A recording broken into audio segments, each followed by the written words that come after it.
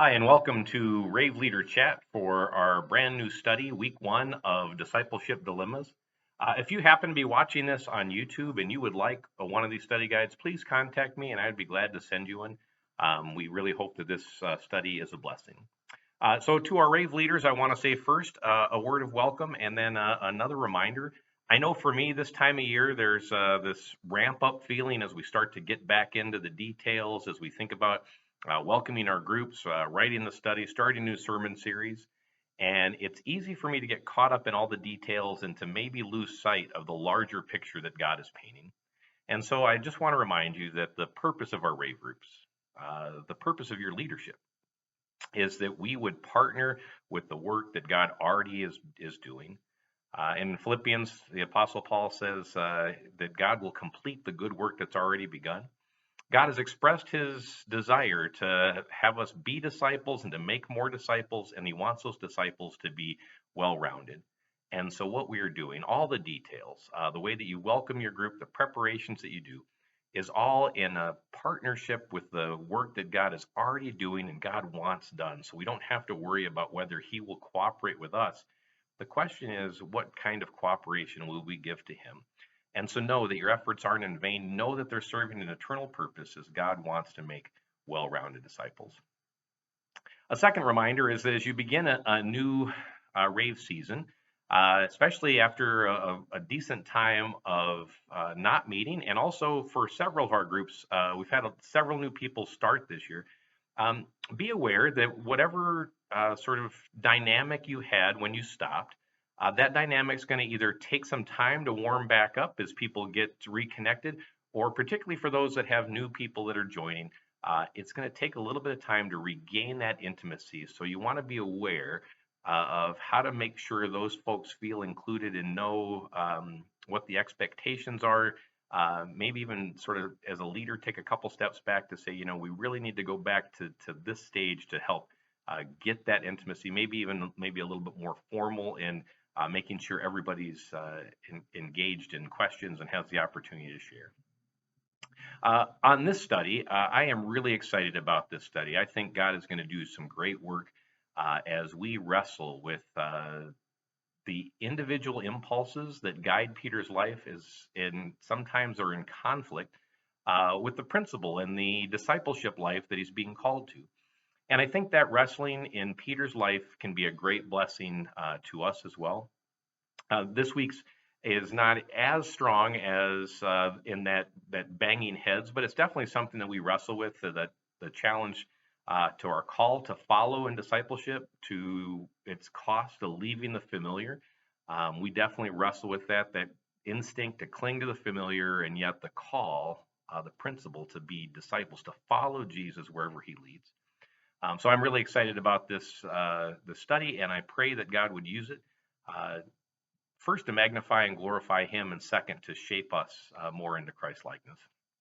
One correction in your study guide is that on the very last reference on page 5, there's a reference to Philippians. It should be chapter 3, not chapter 8. Chapter 3, verses 8 to 11, as we help consider how to deal with the cost of discipleship. Let us turn our attention to the actual text, to Matthew 4, verses 18 through 20, and then 21 through 22. That pause is there because there's really two different calling stories, and they have some pattern to them, as well as building on some cost. Sort of 4 ways I want you to think about it. Since this isn't a lot of verses, I want you to sort of think about 4 different aspects. The first is the call. Jesus is walking through, and he calls first Peter and Andrew to follow, and then James and John to follow. But as we read this, there's a caution as we consider the call that we need to take very seriously. There's a heavy temptation for us to go, you know what, we only have part of the story. There's clearly more to the story, we assume, and that explains why Jesus called them. Maybe Jesus, in his divine knowledge, knows what kind of great disciples they'll be, or maybe Jesus had met them somewhere else and now he's coming back by to see if they want to join. But there's nothing in the text to suggest that. There's no missing part of the story. In fact, the story is intentionally vague on those details because it really magnifies the power of Jesus' call.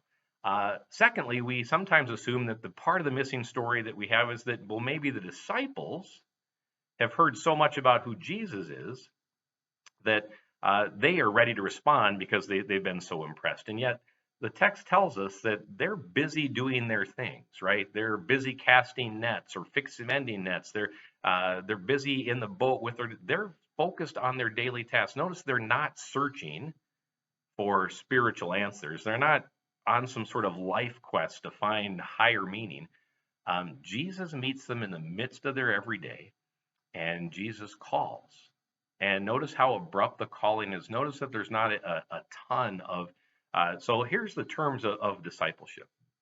And he basically calls, and this really is to highlight the power of who Jesus is interpersonally and the power of his word.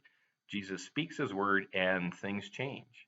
And so whether that's the John 1, God spoke the word at the beginning and the watery chaos was transformed, whether that's the way that Jesus has spoken words to the devil and said, leave, and he left earlier in Matthew's gospel, that is what is being relayed to us, is that Jesus speaks and it has impact, it has power, and has power to transform lives. And praise God for that, because our lives too have been transformed by God speaking his word.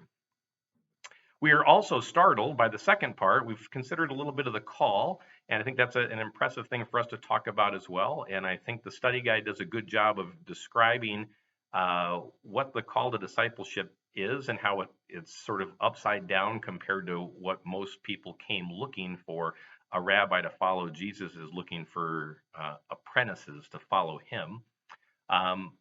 But second, we were stunned by the immediacy of their response. And again, that really highlights the effectiveness of his word, the impressiveness of the Spirit, and the reality of the Word who became in flesh and dwelt among us. It is appropriate when we come in contact with the living Lord to want to have things change.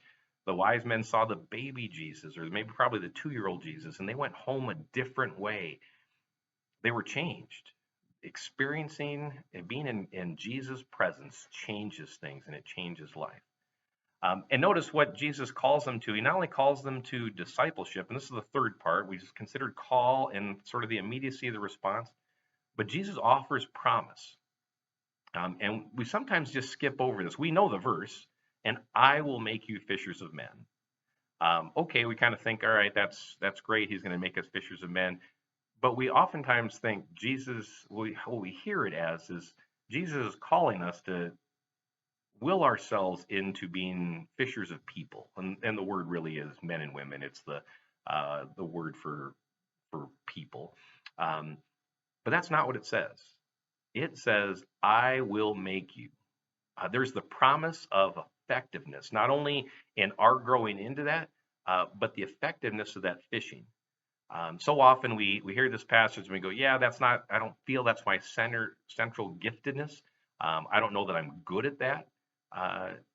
Remember, Jesus didn't come to Peter and John and go, oh, you guys are fishermen. So, or Peter and Andrew and say, because you're fishermen, I think you're going to be good at this. He says, I'm going to make you this. I'm going to shape you into this, and that will be an effective ministry. And I think that promise is significant. And the question on page 3 or on page 4, question number 3, I think is a good one for your group to discuss. What do we think about that promise, and how is that promise maybe realized in our lives as well? But this passage really, to get to the crux of that, the following versus the familiar, really comes down to considering the cost of discipleship. And that cost is very evident. And that's part of the reason that I initially broke it into 18 and 20, and then verses 20 and 21. In 18 and 20, we have Peter and Andrew who are being called away from their occupation. They're being called away from what they're most familiar with, their livelihood, and they're being invited to a radically different kind of life.